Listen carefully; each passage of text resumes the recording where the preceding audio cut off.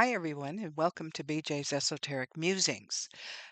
I've spent the morning trying, as I said, tech problems seem to abound right now.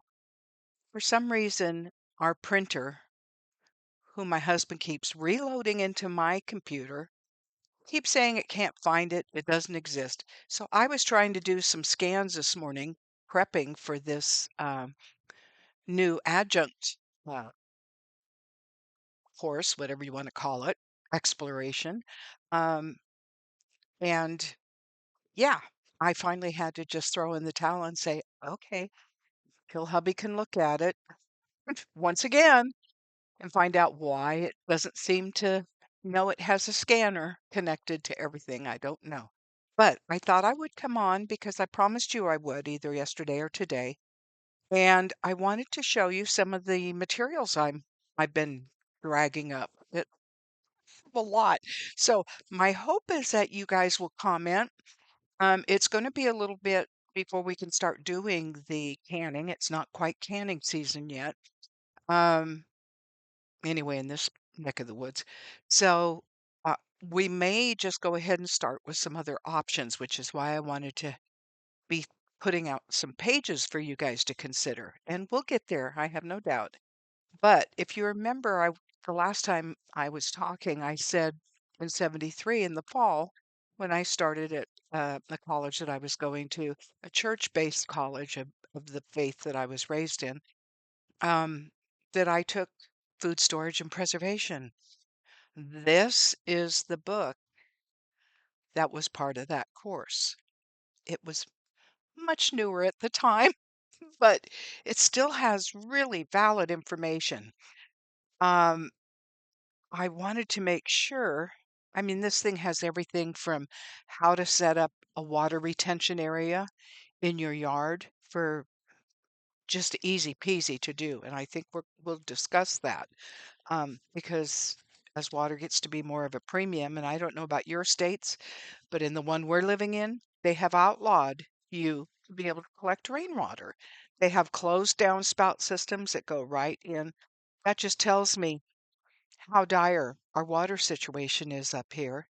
And I can remember saying back in the late 80s in Arizona, what are we going to do when the headwaters start to dry up?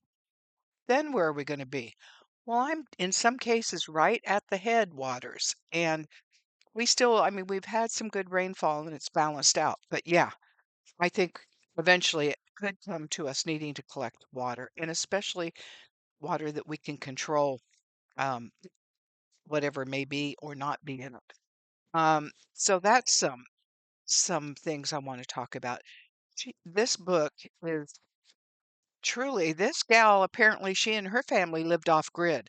I hadn't read her biography on this. That was towards the back of the book, but sure enough, they. She said we never wasted water. We had we had to haul water, and so we used it very sparingly. After we did baths, that water was drawn up and put out around the trees to water them or the plants. And she just talks about how they really were frugal with water. And I think those are some things that we've all forgotten over time as we've gotten used to having dishwashers and, leave the tap running to heat it up and that kind of thing. And I know my husband doesn't understand that. I always tell him, "Don't waste the water." He says, "Honey, it's going right down the drain, which is gonna take it right over to, the salination ponds, and they'll do what they do." I like, that just doesn't seem right. But, you know, he has logic there, I guess. But she talks about the absolute four survival foods that you should have in any situation if you're trying to set up a pantry or, like a rainy day situation. So we'll get into some of that. And then she just has some really awesome practical application stuff that is good. Um, I also didn't mention the other day when I said, it had been a decade since I had really done any serious canning, but uh, probably from 2009, maybe earlier, through easily 2013. I was taking additional adjunct courses from uh, OSU, which was near where we lived at the time. And my longtime massage therapist actually was a food preservationist, and she was one of the ones that helped teach that course. So we've got a plethora because I kept all of that information, which I will definitely pass along to you. Um, Everything from slow cooking, they've got wonderful recipes in here for different things. And what I found over time of taking their courses was that they often, each one kind of had their specialty. One gal was really big on fermentation. And so when she had her class, we all learned how to start coleslaw and do the fermentation process. Another one was really good on soups, and she taught us how to make soup makings in a mason jar, and then you just add your stock, and away you go. So my hope is to do some things like that as we go forward, so that you guys not only are getting the knowledge, but feel like you're taking away something that you can do in your kitchen, utilize. And of course, like I say, I will be sharing all the different things. Um, so that's one. The other, this was about, yeah, called the Master Food Preservers class. And so this one goes into a lot of detail about the cold bath process, what they call it, the using the water bath versus the pressure canner. We will definitely talk about all of that.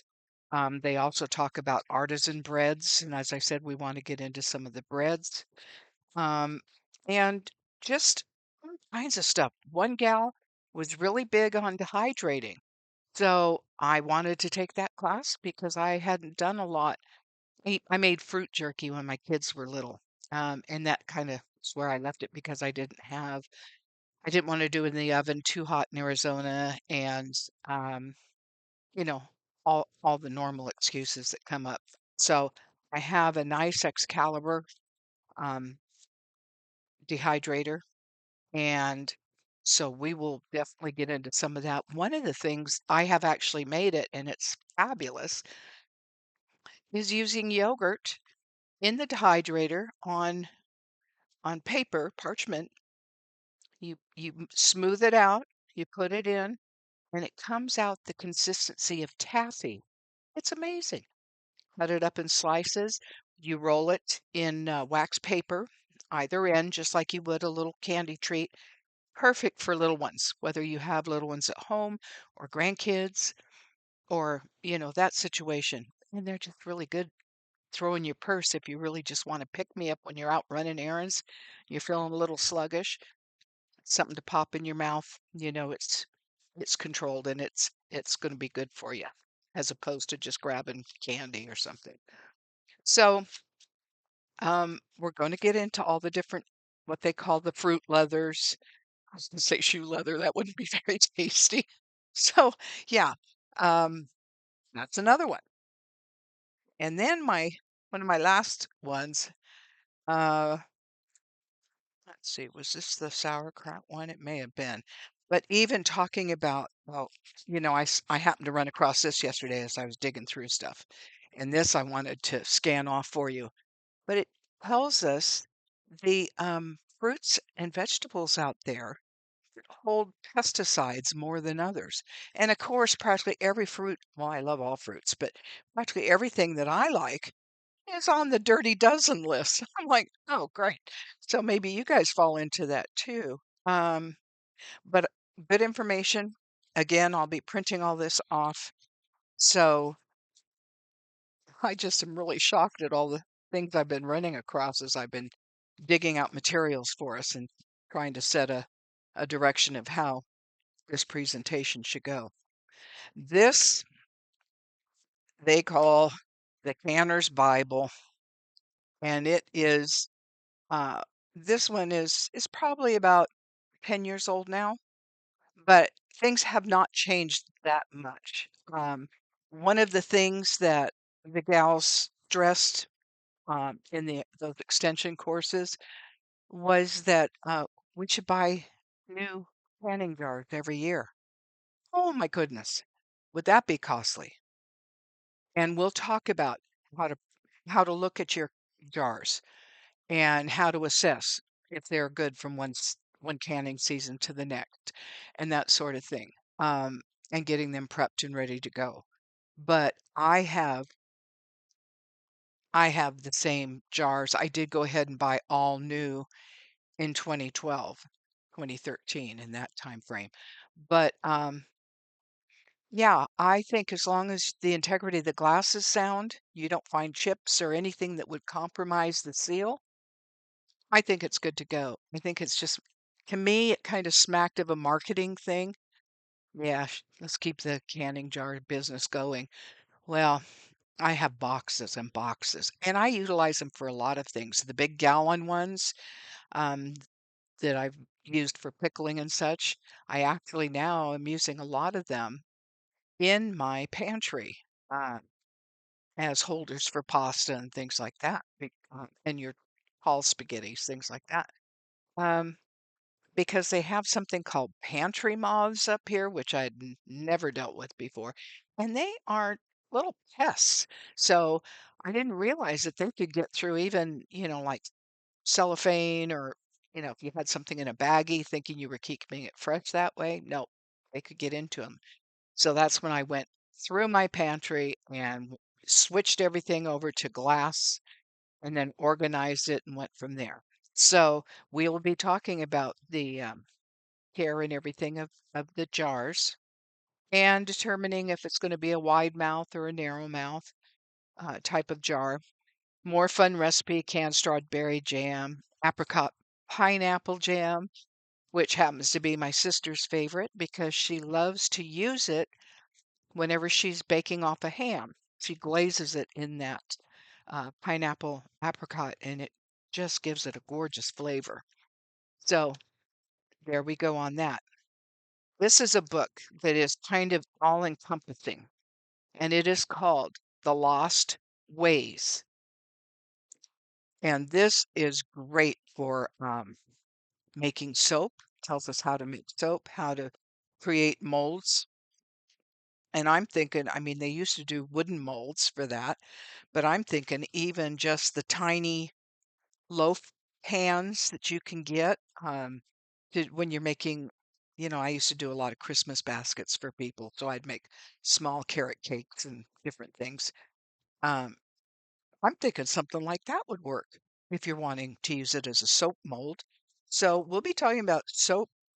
Um, we're going to be talking about, the poultices, like mustard. I had an uncle that would always tell my aunt whenever he was getting a chest cold, he'd say, "Bud," that was his nickname for her, "Bud, can you make me a mustard plaster?"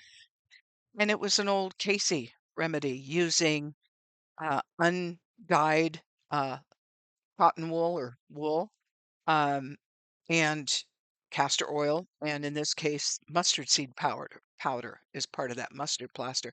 But he swore by them because he could kick a cold out in 24 hours if she would um, apply that to his chest and then wrap him so that he could sleep with it all night and not make a mess of the bed. Um, but we'll be talking about that, and I am going to pull out my Edgar Casey book on oh shoot, I'm looking at it over there. It's all his health readings that he did over time and how to go about doing that. Like using, for a quick example, using a wooden keg that has been charcoal burned inside to seal it. And then he talked about an apple brandy. There's a specific, and I have found them online, but this apple brandy for people that are asthmatics. And all you have to do is un- uncork that and literally inhale the vapors, and it begins to get you coughing and clearing out your chest and the stuff that happens with asthma. So we will be getting into those kinds of things. Uh, this even talks about how to tan hides. Now that's a little beyond me. I don't think even I always said, "Geez, if I had to be a meat eater, I'd have a lot of three-legged animals because I wouldn't wanna kill anything to eat it." Um, but I've done a workaround, so I'm not worried about it. I've stocked my pantry well with good items that are, the fishes are all sustainably caught, line caught, locally and controlled areas where uh, the mercury levels aren't crazy. And then, different canned, um, I found good product for canned beef, canned chicken. What else have I got? Got a lot of stuff back there. But anyway, um, I mean, everything from how to set a foothold trap. If you're really desperate and you want to catch something for dinner, this would be a way to be able to do that. Um, knowing the edible plants, um, pennycress, for example, I just turned to that page. Pennycress is a edible, and some are, of course, medicinal, and knowing your medicinals are important. And the one thing that I learned about medicinals, and I just love source, my goodness, um, couldn't have made it any easier to know. Every continent on this world has its own set of natural herbal medical remedies, medicine. And anything that is poisonous, if you go to the other side, the antidote is right close by it. So if for some reason you come across something and it's poisonous, um, you can quickly, and I would suggest if you're looking and unsure, either leave it be or look, is there something on the opposite side that I could then use to offset the poisons or toxins within the plant? Um, Things like we have elephant ear up here. They're edible. Um, I know of a gal who's youngster from the time she was little, whenever they were hiking, she would point out to her daughter all the different edible plants. And her daughter just loves them. And elephant ears happens to be one of her favorites. So every time they were hiking we have a park up here called Silver Falls. It has 14 different waterfalls within it, and it's quite a vast track.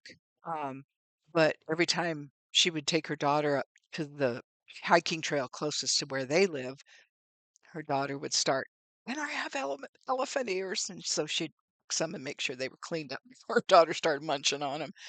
But and how to create charcoal with resin to be able to amplify it for a cooking fire, for example. Or we used to um, we used to make a dish whenever we were up camping when the kids were little. Us My cousin and her neighbor and, sometimes my sister and her family, we'd all camp, uh, quite often. And so we had a place that we all had selected out. It was like a cul-de-sac of places, and we could kinda take up that whole end of the campground, and then it was right by the river, and the guys had gone out and fashioned a pool or a tub for the kids so that they could play in the river safely.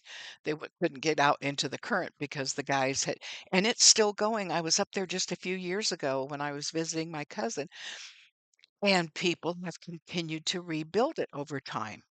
So they did a good thing. At the time, we were just grateful the kids had a safe place to play, that we could be right close at camp and keep an eye on them. And usually one of us would wander down, or the guys would take turn going down right, at the beach area so that they could be right there in case the kids got in trouble. But, so we would make hobo dinners is what we called them. And I found that in I had forgotten it was in my book from college days, but that, preservationist and survival book, you take tinfoil, and we'd set up all the fixins at the table. and then there was rolls of tin foil at either end, and you'd just take a piece of tin foil, and you'd start with all the vegetables you wanted, and you'd put those in, and then we usually used hamburger because it was just the easiest. The kids wouldn't squawk about it, and it easily cooked in the coals. But when you were all done with that, you would season everything, and then, I liked, Worcestershire sauce, so I would sprinkle that on, and then you do, several layers. The meat goes you flatten out into a big patty, and that goes on top of everything, and you fold it, and then you take another piece of foil and go around the other way, so you end up with about 3 layers of foil, and then by that time, the guys would have the fire stoked enough and, cooked down enough that lots of coals, and they would take their shovel and they would, open up an area of the coals, and we'd put our, dinners in there, and they would make sure they got family groupings together so that it didn't get messed up because, some of us like some things and others not so much. And then we'd just be talking while those cooked and playing cards or whatever, and then we'd be, "Okay, well, let's check them," and the guys would go pull one, and we'd check them, and sure enough, they'd be ready to go, usually within a half hour because coals cook very quickly. And it was always good eating. When you're camping and you're running and doing it, hiking and everything else, by the end of the day, anything anything sounds fabulous, but when it's something yummy to eat and really fills you up, makes you feel content, that's a big bonus. So, that's some of the things that are in this Lost Ways, and, even showing how to build smokehouse in the ground in the ground. Another thing, as I said, the water, being able to collect water, and that actually is something they used to teach the Boy Scouts years ago. It was part of their, um, badge requirement to be an Eagle Scout, for the most part. And what I found out over time is that, yeah, the Eagle Scouts are as well educated and and everything as their leader. My, brother-in-law was an Eagle Scout, and he started every fire he ever did with gasoline, and we say, "What are you doing?" "Well, that's how they taught us. It's so quick." It's like, "Oh my gosh." But yeah, um, and then actually building a smoker. If tongue and groove board, and if you decided that you really wanted something like that in your backyard, my neighbors next door have one, and they smoke salmon. Oh my gosh, every once in a while they'll share some, and it's so good. Um, so that's some of the other things we'll look at. And as I'm jabbering away on this, please make notes or something so you can get a hold of me and say, "Oh yeah, I really want to know about that," and I'll make sure that we get it covered. These are fun. Cattails. Do you know cattails and their roots are actually edible? And you can grind them into flour, the roots. This is cattail acorn bread recipe here. And there's cattail wild rice pilaf, uh, cattail wild rice soup. I mean, we've got cattails out by our waterfall, our pond outside. Like, well, I guess we can eat those. But I'm a big believer in having lots of arrows in your quiver to draw from so that you don't feel like, "Oh gosh, I'm overwhelmed. I don't know what to do." No, this is all about empowerment and us taking the reins of what's happening in our lives, in our day to day. Um, Rendering fat, and I suspect that's probably for starting soaps. But yeah, just amazing, amazing things. And I've got another one like The Lost Ways that talks about all the practical things that you can do for repairs, for reworking something, um, just all alternative ideas that you can put together, what they used to call, like the shade tree mechanics, the ones that could patch something up and get you to the next town where the parts were, that kind of thing. Um, so I know those things are good to know. This is I thought this was just kind of fun. It's the cook from Montecito, or excuse me, Monticello. So Thomas Jefferson's home and the kind of foods that were prepared there. Um, that might be fun to talk about. Then I've got an entire cookbook on dehydration, and this gal's a real this is her thing. And so I had picked this up, of course, when I had finally got a dehydrator and that. So we'll look into some of what the offerings are in this. Um, do you ever have cravings for things that you remember from when you were a child and you try to recreate them and it just isn't quite right? We had Grandma Bocce right out of Sicily. She had a marinara gravy that was amazing, amazing. And her ravioli, she always made her ravioli from scratch. And I begged and begged. We're kind of shirt tail relatives to her.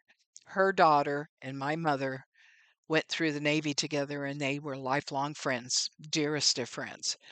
And so there wasn't, because we were in California and all our family was in other states, pretty much, Aunt Mary always invited us up for every holiday, Easter, Thanksgiving, Christmas.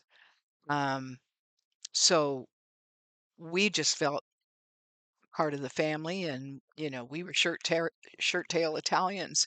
But um, when I had gone up for Aunt Mary's funeral, her nieces were there, and we got talking, and I asked them, um, "Do you by chance have any of Grandma's recipes?" And they said, "Oh, yeah, we do." And in fact, whenever they do, every few years, they do a family reunion uh, at Sunridge, which is up here. Um, and they have a whole day where they take all the young ones and set them to a picnic table and they teach them Grandma's recipe for her gravy and for her ravioli. And so I begged and begged them to send me the recipes, which they did. And what I discovered is it doesn't matter how many ways I try to make it, it's not quite right. And if you've seen the movies Nona's, and if you haven't, check it out. It's awesome. Nonas are notorious for leaving their secrets out of their recipes because otherwise they can't claim ownership of it. They've given it away. But the other thing that I figured out is because our food chain is so different now. I know Grandma used to go to the butcher to get she used three kinds. She used pork, sausage, she used hamburger or ground venison, and she used lamb, ground lamb. And those were the three main things that she cooked down as the meat portion of the sauce. Um, now, I know dang well we have good uh, meat sources up here and things that are not, you know, that are naturally pasture raised, not given a lot of unnecessary hormones or anything like that. Um, but still, it's not quite the same. So now I'm wondering, what did she leave out of that recipe? And it could be that it's just a very different, I mean, all of her tomatoes, she grew a special kind of tomato that she used for her gravies. Um, so, and I'm not sure which one that was. I always thought it was like aroma, but now I've got compliments of my neighbor giving me some tomato plants that I was talking about before. There's one called Amish paste. Now, I've never grown that. I've got two of those. I'm excited to see what the yield's going to be and the taste because in shape they look similar to a Roma tomato, but they're more hardy, they're bigger. Um, but they're really good for gravy, sauces, things like that. So I'm very excited about those. Um, but this is the taste of history. We'll look into some of these recipes and oh, beef and garlic harvest sauces when I just am thumbing through some uh oh, taste of brie. So even cheeses, I want to get into making good cheeses, not not hard block cheese, things like that are really not as healthful for us. Um, and I have a yogurt maker, so I've got to get back to doing yogurts again. Um, can you tell I'm a foodie? And then this one's fun. The Healing Herbal Tea Guide or Tea Bible. Um, this one I'm sure is going to be very interesting to see what teas and stuff. I love this because I like the loose teas, and I also play around with reading tea leaves or the tea grounds. So I thought, why not get some good teas and stir them up and see what popped up. So there's that. Um, Gosh, I think. Oh, right in front of me, I have my laptop raised on books, so it's the right height for me. But I'm looking right now at the Illustrated Encyclopedia of Natural Remedies by C. Norman Shealy. Um, and I have the Encyclopedia of Medicinal Plants by Andrew Chevalier. And I hope I didn't butcher that last name, but we'll look into some of those things. So, guys, I haven't forgotten. I'm excited to get going on this, but I got to have a scanner so that I can get some materials to you to start looking over and seeing. Because, as I said, the canning part is going to be a little slow coming on, so we can be looking into other things in the meantime. And I just would love to have some input as to that jumping off point. What would be to you the most important thing to know right now? Or what is it Susan Lynn always says, what's the thing that I should know that I don't know, but I think I do know? Whatever it is, how she says it. But some of those. So, um, at one point I thought about doing just like a 45-minute play session. I'm big on play. Um, that's why I like to do a lot of crafting because it's very zen for me. It's relaxing and I can let my creativity flow without interruption. But I also love to play with esoteric things. I love tarot cards, oracle cards. I have two sets of wands, a longer pair and a shorter pair. I have, well, I could show you real quick. I have pendulums hanging on the wall over here in twofold. There's two different areas. And yeah, that's just all my books that I like. Oh, and our aquamarine. But the decks that I like to use a lot, I went ahead and brought in here. The rest are in the other room. But I thought, how fun. I have a spiral bound book called Pendulum Charts. And it's awesome because as a spiral, you can lay it out flat and work the pendulums on them. And they've got this gal put this together with every kind of application you could ever think of wanting to talk to spirit through pendulum. Um, I like pendulum. I have to, as you can see, my hands are getting very arthritic and painful. So to hold something steady eh, on some days is harder than others. So I don't do pendulum as a rule of thumb as an offering when I'm doing things for the community.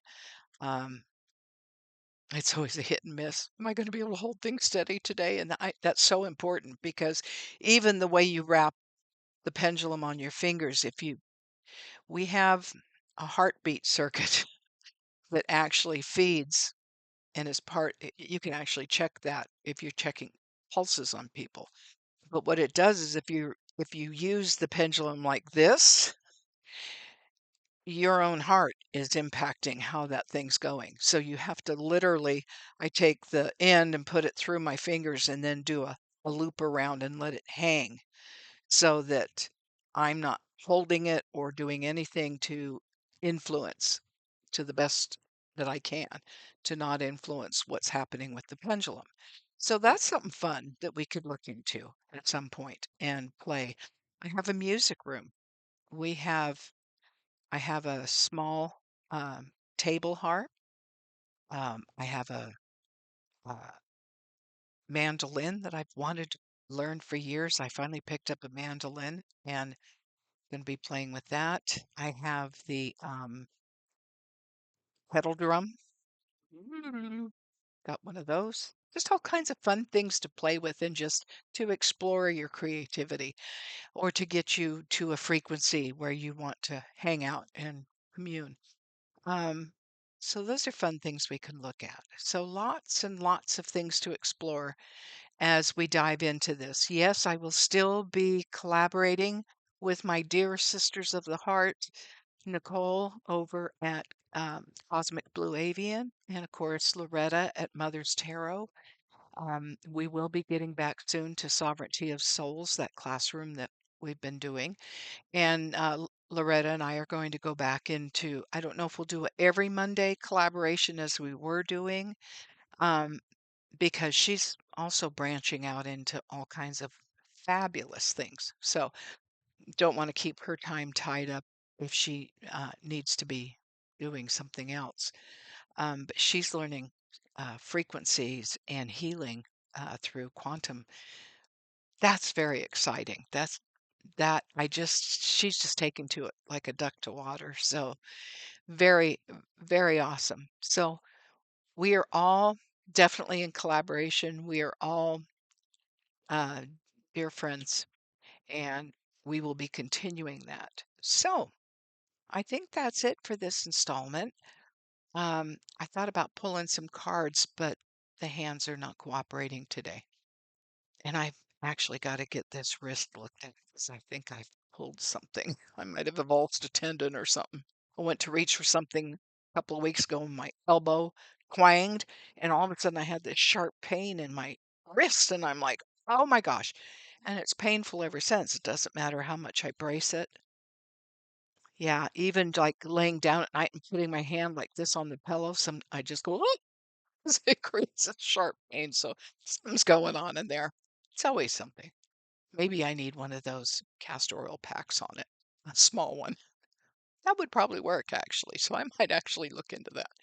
But I'm still looking for other books. I've got a settlement cookbook that takes you back, way back in old uh, foodstuffs. And I always find that fascinating because, when times are lean and herbs are not as accessible, you need to know some of that real basic ability to create food and still make it enjoyable for family members and yourself. Nobody likes to eat yuck, except for my poor husband, who doesn't have taste buds. He can't smell. He had an incident when he was like maybe 9 or 10 years old, where he got up in the attic into some of the chemicals that his dad had up there, and he thinks it was some kind of acid. He's not sure, but he was curious and he pulled the cork and sniffed, and next thing he knew, he was passed out, laid out on the floor of the attic when he came to and lost his sense of smell. So the only thing he can smell are really strong odors. Um, he's actually corrected some things, like if I'm baking, especially if I'm baking with cinnamon, he can pick that up. Like the vegan muffins I made the other day. He's like, I can smell those, which is really bad because he came in and just started mowing down. Anyway, so yeah, but I have to consider all of that. Like I dearly love soups and stews. He thinks it's ridiculous. And we're like, "You're kidding me. You build the flavors, Anybody that makes soups and stews knows it's all in the flavoring and the cooking. And he's like, and then I was thinking about it and I thought, oh my gosh, for you, it's just like things floating around in water. Yeah, that would be really nasty. But I have convinced him that chicken noodle soup, Jewish penicillin. I hope to offend no one with that. That's just always the old saying. Um, Works like a champ when you've got a cold or you're not feeling well. And I finally got him to take some when he had a real bad chest cold first of the year. And he's like, "Oh, this really does soothe your chest." I said, "Yeah." That's exactly right. So, you know, old dogs can learn new tricks and young ones can learn old tricks. So, on that note, I'm going to leave you all to it and we'll talk again soon. I am going to start scanning down stuff this weekend when hubby can get me back sorted again and recognize that, yes, indeed, I am part of the network that runs runs that printer and I'll get some things going for us and we'll get rocking and rolling on this thing.